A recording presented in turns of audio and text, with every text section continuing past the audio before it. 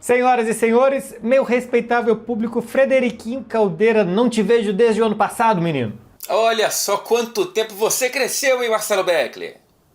Bom, muito obrigado. Já passou o Natal, mas obrigado aí pelo presente. Primeiro programa de 2025 e a gente já abre, Fred, com uma polêmica. Pera. Você está preso ao ano passado. É verdade, eu já cometi aquele erro que todo mundo comete de preencher um talão de cheque no início do ano com a data do ano passado. Exatamente. Ainda mais aquele talão de cheque clonado. Quer dizer, Não. não. Você sabe que a maioria de quem está assistindo a gente aqui nem sabe o que é isso, né? Assim, boa parte de quem está assistindo a gente não sabe o que é um talão de cheques e nunca viu pela frente. É verdade. Você sabia que eu já fiquei com o nome sujo por causa de um cheque? É mesmo? É. Eu já tive muitos problemas por causa disso. Que isso, cara? Eu tive que esperar. Quando expira uma dívida? Tipo um crime, quando ele acaba a vigência dele, sabe? Ele como é que é, cara? Prescreve. Esqueci. Prescreveu, isso. Porque eu passei um cheque na minha primeira vida em São Paulo, num valet, no estacionamento. E aí eu tive que mudar a minha conta bancária. Porque eu tinha uma conta num banco para receber salário em BH, eu mudei para São Paulo, tive que mudar minha conta para cá. E aí, numa dessas, os caras só foram compensar o cheque, porque você tinha que levar o cheque no banco e falar, tá aqui o cheque, me dá dinheiro. Muitos meses depois, e aquela conta não existia mais. Rapaz. Cheque sem fundo. E aí, um cheque sem fundo, cheque voador. E aí eu fiquei sem poder alugar apartamento, sem poder ter cartão de crédito. Eu fiquei pra lá de anos. Aí eu fui pra Barcelona, voltei, aparentemente tá tudo ok agora com o meu nome. Mas eu tive problemas seríssimos. Alô, Serasa, hein? Ele voltou pro Brasil, hein? Quem quiser achar, Já tá pesquisei. facinho. Já pesquisou, tá de boa. Eu Tá também tudo já certo. fiquei com o nome sujo na Nunca praça provaram por nada conta... contra mim. Já também fiquei com o nome sujo na praça por conta de cheque. Mas foi por conta de um cheque mate que eu bebi e fiz várias besteiras. Aí é um cheque do bem. O cheque mate é um cheque do bem. Frederico, em 2026 a gente já abre esse programa com uma afirmação. Felipe Luiz é técnico. A gente vai falar no programa de hoje sobre o campeão brasileiro, o campeão da Libertadores e o campeão da Copa do Brasil de 2 anos atrás. Felipe Luiz, em seu primeiro ano e seu primeiro trabalho como treinador, ganhou já tudo que ele viu pelo caminho, menos o Mundial. E será que ele é um técnico da nova geração do futebol brasileiro? Ou a gente pode considerar assim? Porque eu não sei se tem uma escola de técnicos brasileiros aparecendo, mas sim tem alguns técnicos brasileiros vindo pelo caminho, Frederico. Olha a cabeleira do Felipe. Será que ele é?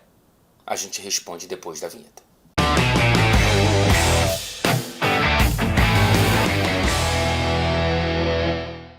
Frederico, vamos começar falando do Felipe Luiz e depois vamos falar de outros treinadores. A preparação do Felipe Luiz, e eu acho que isso já ajuda a responder um pouco a pergunta do programa, que é a formação de técnicos no Brasil, ela não é uniforme, não tem uma escola de treinadores, né? Você vê que os técnicos alemães, muitos deles seguem ali a cartilha do Perde e Pressiona, aquele estilo que foi forjado pelo Ralf Rangnick, né? E que o Jürgen Klopp é o grande nome desse estilo. Né? O grande expoente, mas tem ali um estilo alemão. Se a gente vê a Liga Alemã, muitos times jogam do mesmo jeito. A gente tem um estilo espanhol, por mais que existam vários estilos, mas o que o Luis de la Fuente faz na seleção espanhola é parecido com o que o Luis Henrique faz, com o que o Guardiola faz, um estilo de jogo reconhecível. E a mesma coisa para outros lugares. E no Brasil, acho que a gente não tem isso. Então já responde a pergunta out of context. O que você trouxe pra gente, Fred Caldeira? Olha só, Marcelinho do Beckler, a gente tem, olhando para a nossa formação de treinadores, a CBF Academy, que acho que está pegando tração, né? Recentemente conseguiu, por exemplo, passar as licenças com reconhecimento Conmebol e UEFA, o que abre a porta para treinadores brasileiros pelo menos terem alguma chance de ter uma possibilidade de trabalhar por lá. Mas acho que o grande ponto aqui, antes de entrar na formação e outros nomes, é ver como que o Felipe, ele pouco teve tempo entre aposentadoria e início da nova carreira, né? Me parece que o estudo dele, ele tem as licenças, mas o estudo dele foi muito mais nos anos finais da carreira, ali, prestando muita atenção, bebendo muito da fonte, de Simeone, de José Mourinho, de Jorge Jesus, especialmente nos anos finais. E ele traz algo de cada um deles, né? Inclusive, ele fala sobre isso, né? Fala sobre o que ele traz de cada um. Começando por uma opção estética, que é a roupa preta, né? Imitando o Diego Pablo Simeone, que outro dia eu vi uma aspa, que é o Felipe Luiz explicando que é uma coisa a menos para pensar. E isso me deu uma preguiça enorme de uma conversa com o Felipe Luiz sobre estética. Não consigo conceber esse tipo de pensamento, Marcelo. É bom que fica igual Cebolinha, né? Abre o armário, tem tanto de camisa verde de shortinho preto. Mas cá entre nós seria muito mais engraçado e acho que até proveitoso se ele tivesse preguiça de pensar e colocasse qualquer roupa que ele visse pela frente, desde que elas não fossem todas iguais. Verdade. 2 tênis diferentes. Teria alguma coisa do Dunga, que a mulher, a filha dele vestia ele. Então, poderia ser algo para o Felipe Luiz inovar a partir dessa temporada, já que aparentemente ele não precisa pensar tanto assim porque o time dele já está jogando muito bem. A partir de agora ele pode se dedicar a se vestir mal, além de ganhar muitos títulos. Ele pode trazer para se vestir bem conselhos do Segundo Castillo, que era aquele treinador, não sei onde ele está agora, do Barcelona de Guayaquil, que ia com os ternos lindos, né? Então, assim, esteticamente, o nosso Segundo Castilho é o primeiro no meu coração. É um negão de tirar o chapéu, né? As roupas dele eram... eu não sei, acho que até onde eu vi ele saiu. Que ele eliminou o Corinthians na pré-Libertadores do ano passado. Exatamente. E usava realmente roupas de muita elegância. Usava fraque, inclusive, eu acho. Frederico, o Felipe Luiz como técnico, a gente estava falando das inspirações e Simeone é um técnico visto como um expoente do futebol defensivo, embora se a gente for ver o Atlético de Madrid cada ano que passa tem tomado mais gols e feito mais gols também, mas ainda é visto, né, como um técnico reativo e tal. Mas tudo bem, Felipe Luiz bebeu ali da fonte de Simeone, Mourinho, que não são técnicos exatamente ofensivos como o Jorge Jesus. A média de gols do Flamengo em 2025 foi de 0,66 por jogo, é a melhor dos últimos 40 anos quase. Em 1987 o Flamengo teve uma média de gols inferior a essa, e a média de gols marcados foi de 1,84, que é a quinta do melhor dos últimos 10 anos, mas de Jorge Jesus para frente, 2019, 20, 21 e 22, o Flamengo fez mais gols do que fez com o Felipe Luiz. Então assim, dá para ver a cara do treinador, que é o Flamengo controla bem os jogos, não faz tantos gols assim, mas faz muitos gols, foi o melhor ataque do Campeonato Brasileiro, mas especialmente toma poucos gols. Então já dá para ver um estilo Felipe Luiz, né? De um time que controla bem, que tem muito a bola e que toma poucos gols. O Felipe, ele entra num cenário de um clube muito específico, que é um Flamengo já acostumado à posição de favorito e acostumado a mais ou menos contratar quem ele quiser, né? Dentro das possibilidades reais e não fantasiosas. E ele chega numa torcida que está acostumada com o futebol ofensivo e que tenta moldar esse DNA rubro-negro, trazendo um pouco, bebendo da fonte dos anos 80, uma fonte que estava perdida nas últimas décadas e é reativada pelo Jorge Jesus. Então, eu vi, mesmo com essas campanhas aí, com poucos sustos, nos poucos sustos, a torcida do Flamengo cobrando muito o Felipe Luiz, especialmente por uma maior ofensividade. E a gente vê nessa média de gols marcados que realmente ele entregou menos em termos de conclusão ofensiva do que os últimos anos, do que trabalho de outros treinadores que não são nem tão queridos assim pela torcida do Flamengo. É um passo para ele dar adiante nesse ano de 2026, né? É conseguir fazer com que o Flamengo siga muito bem defensivamente, mas consiga talvez uma superioridade ofensiva um pouco maior em relação ao próprio padrão, não em relação aos adversários. Sim, até porque se a gente for ver vários dos jogadores que ele escalou no ataque, tem como grande característica a intensidade e a ajuda defensiva, Samuel Lino e Gonçalo Plata, por exemplo. Para a gente falar de outros expoentes de técnicos brasileiros que estão aparecendo por aí, um técnico que chamou muito a atenção em 2025 foi o técnico do Mirassol, Rafael Guanais. Mirassol que era apontado por todos como um grandíssimo candidato a ser rebaixado e se classifica diretamente para a Libertadores do América, estando no G4 o campeonato inteiro, termina invicto em casa. E nem é um time, Fred, que vai daqui a pouco ser desmontado porque está revelando um tanto de jogador. É um time de jogadores já experientes, rodados. O grande nome do time foi o Reinaldo, lateral esquerdo, de 36 anos. O Guanais tem 44 anos, ele foi técnico antes de ser técnico do Mirassol, com destaque no Operário, foi campeão da Série C em 2023, foi 7º lugar no ano passado na segunda divisão dirigindo o Operário, e como inspirações em técnicos, ele tem Pep Guardiola, mas gosta da intensidade do Simeone. Também citou numa entrevista o Bernardinho, o Phil Jackson, que ele é ex-técnico do Chicago Bulls e do Los Angeles Lakers, o Arrigo Sacchi, o Tele Santana e também o técnico de informática que colocou Wi-Fi na casa dele. Silvinho, um nome que a gente já está acostumado a ver de longe, mas quando viu de perto deu ruim, né? Saiu daqui meio colocado para correr pela torcida do Corinthians. Ele foi auxiliar do Tite, né? Antes de tudo, na Copa de 2018.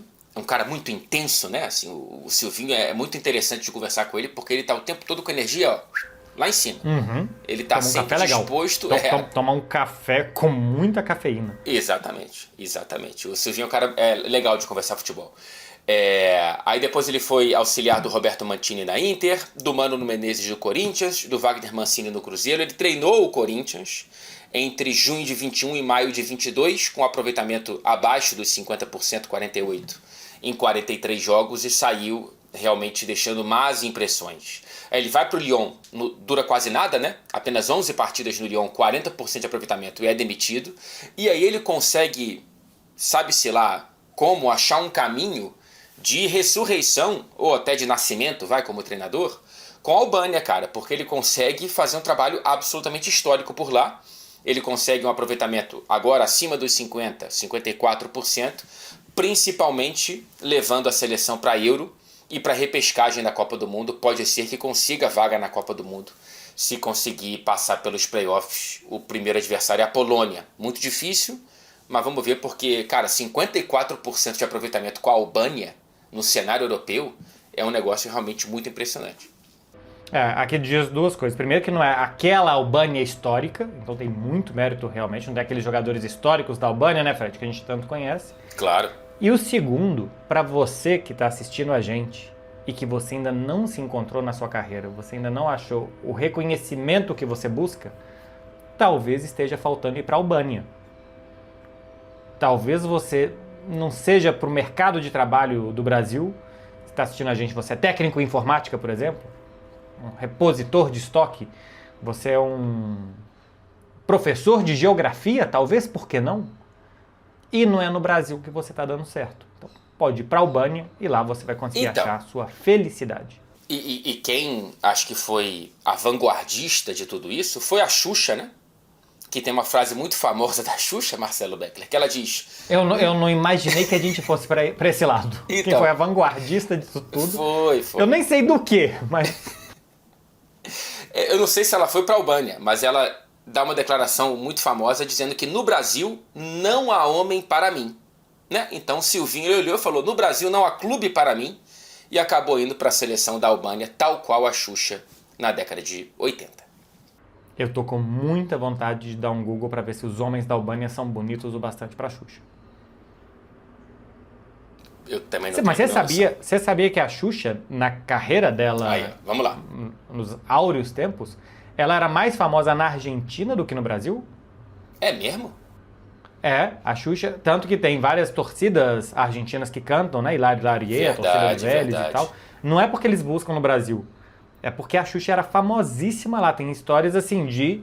Ela já contou história recentemente, vai no programa do Fábio Porchat, conta aqui e ali e tal, de descer no aeroporto e o carro em direção ao hotel e tal ser seguido por fãs, pai tirando criança pela janela para tentar colocar dentro do carro da Xuxa. Ela cantava em espanhol? Paquitas... Sim, apresentava em espanhol e tal. Caramba, As paquitas que iam com ela, que inclusive o Felca hoje ia ficar putaço com toda razão, crianças de 11, 12, 13 anos, e que não conseguiam sair para ir numa lanchonete comer e tal, porque eram reconhecidas na rua e ficava uma doideira. Cara. Nada como ser loira na Argentina, né? O argentino não pode ver uma loira que vai lá idolatrar. Exatamente. Então, ou Albânia, se você é um técnico de futebol, um professor de geografia, ou se você é a Xuxa está assistindo a gente, a Argentina é o lugar para você. E o lugar para o André Jardine é o México, Fred Caldeira. O André Jardine é um técnico que foi algumas vezes interino no São Paulo, 3 vezes, aí ele foi efetivado e durou 10 jogos. problema de deixar de ser uma aventura e passar a ser uma realidade. 11 pontos conquistados nesses 10 jogos pelo São Paulo. Ele foi técnico de base com muito reconhecimento, né? Ganhou a Copa do Brasil Sub-20, ganhou torneios de base pelo Brasil e foi técnico da seleção olímpica na campanha de 2022. O Brasil vence a Espanha na final e conquista a sua segunda medalha de ouro. Depois disso ele vai treinar o América do México, ganhou 2 torneios aperturas, um torneio clausura em 2 anos e meio lá. Tá fazendo sucesso no América do México o André Jardine, já foi cogitado a voltar para o Brasil e nunca quis, porque ele é a Xuxa da cidade do México. E ele já se tornou o treinador com mais títulos da história do América, né? Então já há uma relação de idolatria do André Jardine por lá. Não sei quando que esses caras, Silvinho, André Jardine, vão ter estômago para tentar uma nova experiência no futebol brasileiro, né? Porque o Felipe deu sorte de começar bem. Porque se ele começa mal, como o Silvinho, como o André Jardine... O Jardine nem dá para falar que começou, né? Mas enfim. E você fica muito marcado negativamente e é difícil você se realocar. Então eu acho que a primeira impressão ela é muito importante e o Felipe ele teve, não tirando os méritos dele, claro, né? Ele teve as melhores condições possíveis do futebol brasileiro hoje. A gente viu alguns técnicos estrangeiros que chegaram no Brasil com um currículo parecido com o do André Jardine, por exemplo. O Nicolas Lacarmon no Cruzeiro também tinha feito sucesso no futebol mexicano. E que depois de uma passagem apagada pelo futebol brasileiro, continuam cogitando que ele volte ao futebol brasileiro. E aí eu acho que passa um pouco pelo passaporte, né? Por ser estrangeiro e tal, parece que tem um pouco mais de ideias do que os técnicos brasileiros. Você imagina se o que o Silvinho está fazendo na Albânia fosse um técnico português fazendo, fosse um técnico espanhol. Diria que já teria clubes brasileiros procurando o Silvinho e talvez até clubes brasileiros tenham procurado o próprio Silvinho. Mas eu acho que a paciência costuma ser maior com o técnico estrangeiro. A gente já fez programa aqui falando dos técnicos brasileiros e dos problemas que eles têm, e eu continuo achando que os técnicos brasileiros têm muitos problemas de como eles são muito rapidamente trocados e demitidos, eles são incompletos, porque eles fazem os times para ganhar de qualquer jeito, mais pensando em se eu for mal, eu vou ser demitido, daqui a pouco eu não vou ser contratado por outro. Então tenta o pão de cada dia, desesperadamente, os treinadores brasileiros, do que desenvolver uma ideia de jogo. Mas a gente vê que existem técnicos brasileiros que, quando estão trabalhando fora daqui, estão conseguindo desenvolver isso e que talvez não tivessem a paciência dos estrangeiros trabalhando no seu próprio país. E aí eu tenho minhas dúvidas, porque também depende de qual estrangeiro, né? Eu acho que o estrangeiro que vem pra cá, olhando o futebol brasileiro como um passo à frente, por exemplo, o Zubeldia, ele é um cara que ele corre a chance de ser carcomido por esse sistema de resultado. Eu acho que ele pode ter que se sentir obrigado a abandonar as ideias e tudo mais. Os caras que vêm, por exemplo, de Portugal e têm mercado em Portugal e no futebol europeu, como o Abel, como o Leonardo Jardim, eu acho que eles são um pouco mais independentes disso, né? O Jardim bateu e voltou, o Abel fica porque virou um treinador absolutamente histórico, não só para o Palmeiras, mas para o futebol brasileiro, em termos de títulos. Mas eu tenho mais dúvidas do quanto que, no fim das contas, se um estrangeiro vem aqui dando passos acima na carreira dele, a médio prazo ele também não vai enfrentar o mesmo problema ou vai entrar na mesma lógica do que o Dorival Júnior, do que o Roger Machado, do que outros treinadores que já estão nesse moinho de vento há mais tempo. Eu também acho. Recentemente o Dorival, quando o Corinthians se classifica para a final da Copa do Brasil, ele deu uma declaração falando que está faltando respeito aos técnicos brasileiros e reconhecimento também aos técnicos brasileiros. Não tem a ver a declaração dele com o que fizeram Oswaldo Oliveira e Leão, desrespeitando os técnicos estrangeiros, mas eu acho que é um bom pedido de reflexão dessa falta de paciência com os técnicos brasileiros. A final da Copa do Brasil foi disputada entre Corinthians e Vasco com 2 treinadores brasileiros, os 2 últimos da seleção, inclusive, né? Fernando Diniz e Dorival Júnior.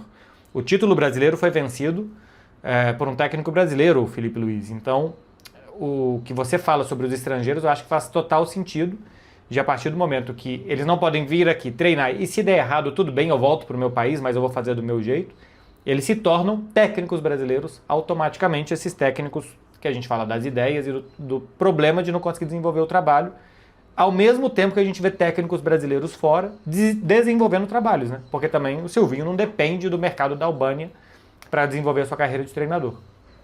Pois é. Ao mesmo tempo em que a busca por treinadores estrangeiros, eu acho que ela começa por culpa da formação dos treinadores e de alguns próprios figurões treinadores do futebol brasileiro que sujaram o nome da praça, né? Assim, começaram a passar cheque sem fundo, figurativamente falando, que nem o seu Marcelo Beckler no estacionamento. E os clubes foram perdendo um pouco a fé. Teve um momento, acho que ainda tem um pouco isso, mas hoje menos, que era o mesmo clubinho, né? De 5 ou 6 nomes que ficavam se revezando ali. Alguns eram mais regionais, né? Tinham os mesmos nomes de Minas, os mesmos nomes do Sul, os mesmos nomes no Rio, outros em São Paulo. Mas agora acho que a gente tem um pouco mais de pluralidade, inclusive em nomes de treinadores como o próprio Guanais do Mirassol.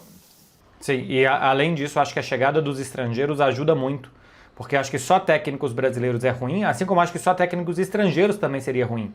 A gente vê a Premier League que nunca teve um técnico inglês ganhando, né? A Premier League tem 30 anos, 33, 34 anos já de Premier League sendo disputado e nunca um técnico inglês ganhou. Eu acho que isso prejudica, ao mesmo tempo que se você tem uma liga com muitos estrangeiros, prejudica a sua formação de jogadores.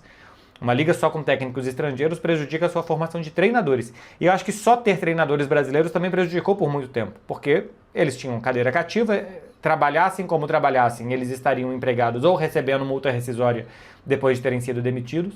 E a gente vê até técnicos mais experientes, o Tite, o Dorival e outros, com uma comissão técnica mais jovem, normalmente colocando o filho dele ali, seu primeiro emprego, mas técnicos que eles já não têm a idade para se atualizar ou para conseguir fazer, não sei, uma reoxigenação, mas a comissão técnica sim. Então ele toma decisões, ele trabalha talvez do jeito mais dele, mas ele tem um grupo de pessoas ao seu redor que partiram para o que é muito necessário hoje em dia, que é a ciência, né?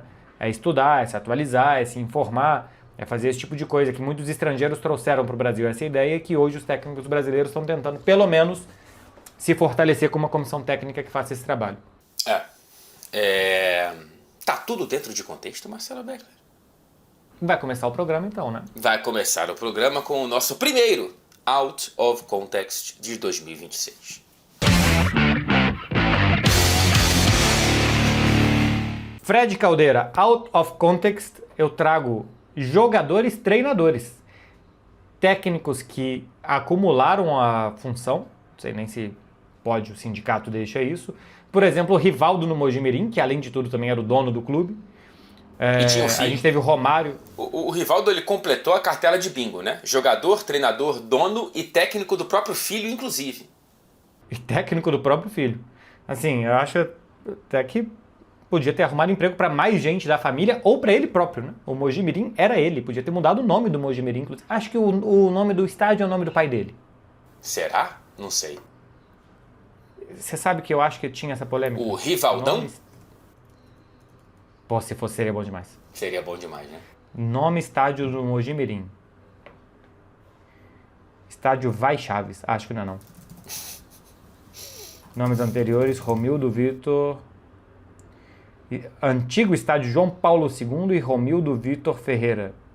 Agora, quem foi Vai Chaves? Quem foi Vai Chaves? É a terceira coisa que aparece no Google. Não. Eloy de Miranda Chaves, nasceu em Pindamonhangaba, Fred Caldeira. É claro que ele nasceu, né? Em 1875, acho que tem pouca coisa a ver com Rivaldo. Você sabia que Mojimirim, em tupi, significa Pequeno Rio das Cobras? Sabia. Sabia claro mesmo? Que eu não sabia. Não. Você já entrou num pequeno rio com pequenas cobras? Pequeno rio não, mas pequenas cobras eu me lembro de algumas. Perfeito. Esse nem era o tema do Out of Context, porque a gente ia falar de jogadores, treinadores, e é porque eu fiz a bobagem de escrever no roteiro, porque eu não sabia se você ia se lembrar. Porque tem esses casos, né? O Rivaldo, ele é o dono do Mojimirim, ele é tudo Mojimirim. O Romário no América do Rio de Janeiro, ele é o dono e tudo do América do Rio de Janeiro. Ryan Giggs, Fred, foi técnico e jogador do Manchester United. Você se lembra disso? Cara, eu não lembrava desse não, tá? Eu não lembrava desse. Eu lembrava do outro Olha que a você fase vai do trazer. Manchester United.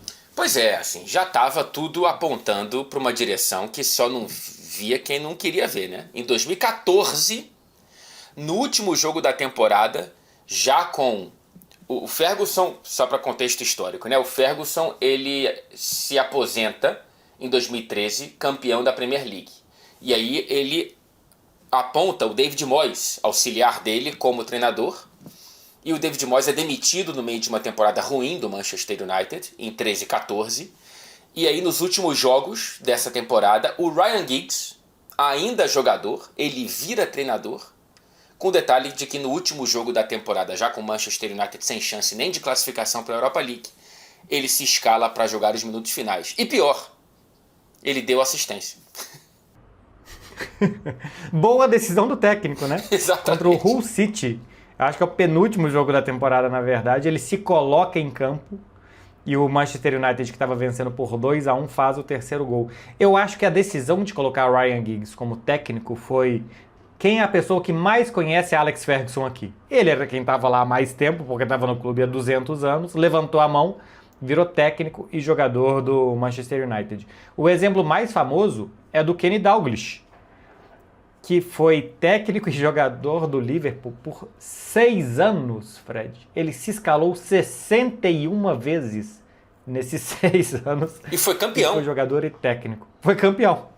Como jogador e treinador. Exatamente. Ele foi campeão se escalando durante a campanha de um ano que o Liverpool ganha o que eles chamam de double aqui, né? Tanto a FA Cup quanto a Premier League, que não era a Premier League. É uma loucura, né? Assim, é o Romário no Vasco, o Renato Gaúcho no Fluminense, o Rivaldo no Mojimirim e o Ryan Giggs no Manchester United, que deu certo. O Renato também teve isso, né? Foi em Teve. 97? Foi ali em 97, 8, quando também era um Fluminense já dando sinais de problemas muito Mas sérios. foi na campanha indo para a segunda divisão ou já foi na segunda divisão? Não, eu acho que foi indo para a segunda divisão. Eu acho que foi em 96, foi o ano que caiu e virou a mesa. Pode ter sido 97, então. Porque 97 vira a mesa por conta das papeletas amarelas do Atlético Paranaense. Em 98 cai. Ah, não. Em 96 é isso. 97 96 vira a mesa e cai de novo em 97. É. Que Eu tô no fazem. Google olhando. Pra que você quis trazer isso aí? Foi você que começou. Eu só falei en passant. Era pra passar rapidinho, Marcelo Beck. Eu lembro mais do Romário no Vasco. No Vasco? No Vasco. Na América. No O Vasco. Romário foi técnico do Vasco? Foi técnico do Vasco. Jogador, treinador. Isso aí eu lembro. É sério? Eu não lembro, não. 2007 e 2008. Olha aí. Olha, após a Esse demissão é o ano do... que ele... É o ano que ele faz o 1000º gol. Por aí. Já é, claro, no fim da passagem dele.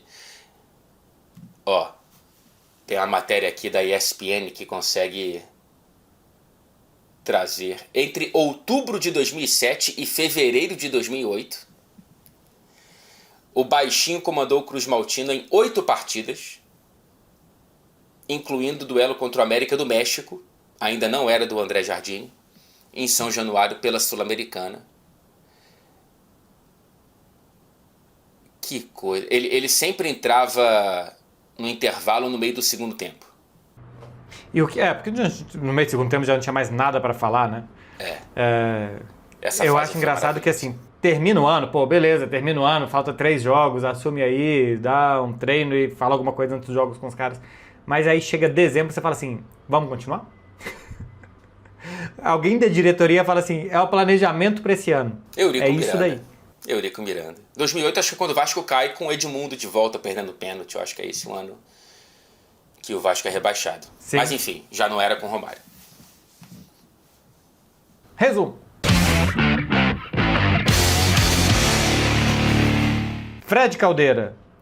Se eu puxar alguma coisa aqui do Out of Context, a gente não termina o programa. Não termina o programa, vamos lá. Caramba, eu tô ainda muito impactado por tudo que aconteceu. Eu fui buscar o do Ryan Giggs que eu achei curioso, eu não lembrava de Romário começando e terminando o ano terminando e depois começando o ano no Vasco.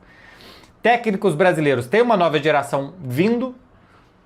Mas ela não é uniforme, né? É cada um por si e estão novos técnicos chegando. Eu não sei até que ponto essa busca por uma identidade de jogo mãe. Por exemplo, a Argentina. Eu não sei se tem muitos pontos em comum entre os expoentes treinadores argentinos dos últimos tempos, entre, sei lá, Pochettino, Scaloni. A Argentina tem muito do menotismo ou do bilardismo, né? Sim, tem duas Tem a correntes, escola né? de César Menotti e de Carlos Bilardo. Assim, tem duas correntes, uma mais defensiva e uma mais ofensiva. Então, a gente pode ter também do Menotti e Fabiano, né? Eu acho que a gente Eu tenho uma pode. boa história disso, que não é minha. Conta então, por favor. Vamos lá para mais um Você Out sabe? of Context. Vamos lá de novo. Outra vinheta!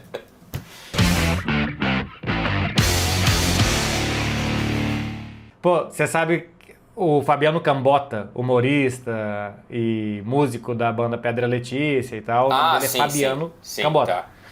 E aí ele, eu não sei se ele já contou essa história em algum show ou não, mas enfim, eu tava conversando com ele e tal. E aí ele disse que tava numa fila de avião conversando com o César Menotti. E disse que chegou um fã e falou: César Menotti, eu sou muito seu fã, não sei o quê, tira uma foto comigo, e tava o Cambota ali do lado. Aí ele pergunta pro Cambota: e você, qual que é seu nome? E ele fala: Fabiano. Eu falo: não é não. Ele fala: sou o Fabiano sim. O Fabiano é gordo, pô. Então falar o César Menotti e o Fabiano, e o fã não conseguiu entender porque não conseguiu o Cambota, então era só essa história mesmo. Não, tá bom. Então, você acha que é importante ter uma ideologia mãe?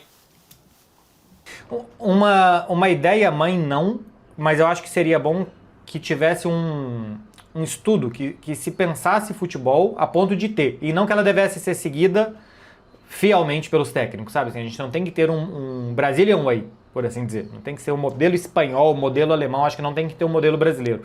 Acho que a pluralidade é boa. Só que o fato de ser aleatório e quase que por geração espontânea, cada um faz o que quer e é isso daí, eu acho que mostra muito empirismo e pouco estudo, talvez. De características dos brasileiros, de como melhor aproveitar, do que melhor fazer. E não só característica de biotipo de jogador ou de cultura, porque o Brasil é muito amplo, mas característica de calendário, de clima, de viagens e talvez qual que seja a melhor forma de se adaptar a isso tudo. Então, eu não acho que deve ter e todos devem seguir. Mas que se fale sobre isso e que se prepare alguma coisa, que se tenha alguma metodologia, eu acho que eu seria favorável sim. Eu fico vendo, por exemplo, o Alex, né, que é um cara que já trabalhou com a gente, é um pensador do futebol muito, muito, muito interessante de escutar falar. É um cara que eu tinha certeza, se eu tivesse que escolher um nome de ex-jogadores recentes do futebol brasileiro que seria um treinador de sucesso, seria o Alex. Ele está começando mais uma vez uma tentativa lá no Operário Ferroviário, não é isso? Em Curitiba. E assim, é muito... Eu não sei qual é o grau de sucesso que ele precisa ter lá para ele voltar a ter uma chance em prateleiras superiores. Eu vejo também, acompanho um pouco com distância o Eduardo Barros, que é ex-auxiliar do Diniz. O Diniz é um outro nome, né, que a gente não citou aqui, que é um cara que teve agora mais uma decisão em pouco tempo nos últimos anos como treinador. A gente tem alguns nomes que podem reocupar com o nosso passaporte os clubes da primeira divisão do futebol brasileiro, mas eu não sei até que ponto há esse espaço também, há essa paciência para que novos nomes surjam. A gente prefere apostar em um cara que deu errado no Cruzeiro, no São Paulo, no Vasco, do que em um cara que é uma incógnita. Uhum.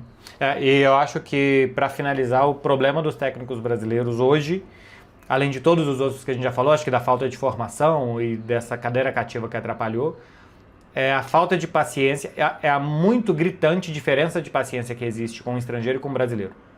Isso eu acho que é prejudicial. O estrangeiro tem muito mais tempo a chegar no Brasil e desenvolver uma má ideia do que um técnico brasileiro, porque é simplesmente isso, né? O passaporte e falar diferente, usar termos diferentes, faz ele parecer muito mais capacitado do que um treinador brasileiro. Que muitas vezes até pode ser, mas a falta de paciência com o técnico brasileiro, e muitas vezes o dirigente não sabe por que está contratando, por que está mandando embora, então ele fica preso nisso, no passaporte, na forma de falar, eu acho que dificulta e torna o caminho para o técnico brasileiro hoje mais longo. Boa. E um comentário rápido para finalizar.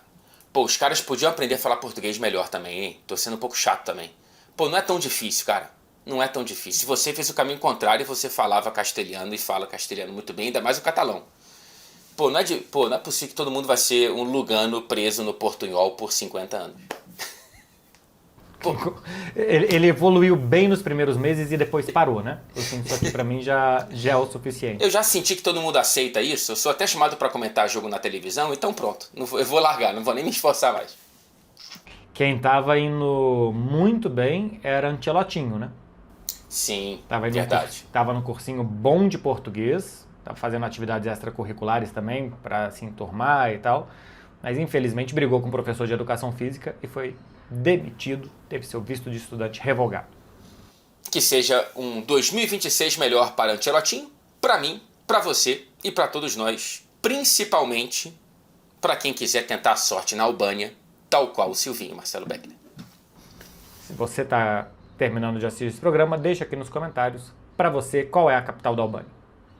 Todas as opiniões são bem-vistas. Exatamente, não é um fato, é uma opinião. Até o próximo programa. Qual é a sua opinião de qual é a capital da Albânia? Albânia City. Tchau. Tchau.